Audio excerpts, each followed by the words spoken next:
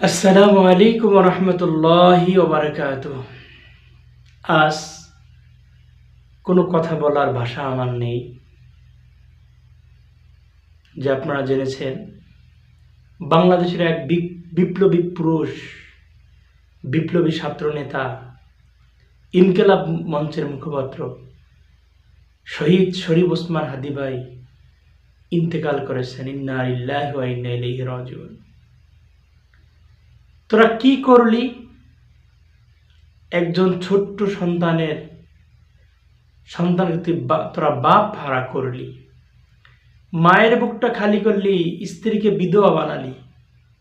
মানুষ যদি মৃত্যুবরণ করে তার সাথে তো কোনো কি হয় না, প্রতিযোগিতা হয় না। মানুষ যদি একজন মারা যায় তার সাথে তো আর কিছু বোঝাপড়ার থাকে না। তোরা তো এতটুকু বুঝলি না। একজন মানুষ কতটা আল্লাহর প্রতি ভরসা থাকলে সবসময় বলতেন, ইনশাআল্লাহ যতদিন আমার এই পৃথিবীর ভিতরে বেঁচে থাকার হায়াত আছে কেউ আমাকে মারতে পারবে না।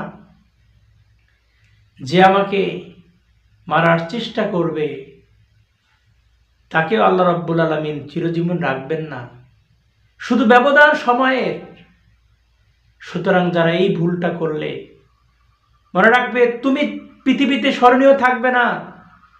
শহীদ শরীফ ওসমান হাদী বাংলাদেশ যতদিন থাকবে, পৃথিবী যতদিন থাকবে, তাকে সবাই স্মরণ করবে। শরীফ ওসমান হাদীর মতো যারা মানুষ, শহীদরা মরে না।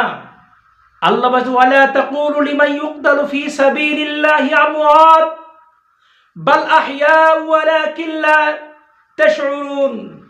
আল্লাহ বলেছেন, যারা আল্লাহর রাস্তায় জীবন দেয়, মাজলুম যারা ন্যায়ের পক্ষে হয়, তারা কিনা মৃত্যু না, বরং তারা শহীদ। ওসমান হাদী মৃত্যুবরণ করে নাই, সে আল্লাহ শাহাদাত বরণ করার পরে সে জান্নাতুল ফিরদাউসের মেহমান হয়ে গেছে। কিন্তু ভুল করলি তোরা সারা জীবন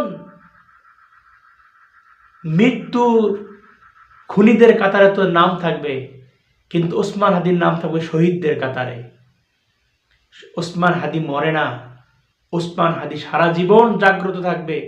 আর এমনই একজন মানুষের পাশে তিনি সাহিত্য আছেন, যিনি জাতীয় কবি, বিদ্রোহী কবি, মুসলিম কবি হযরত কাজী নজরুল ইসলামের পাশে।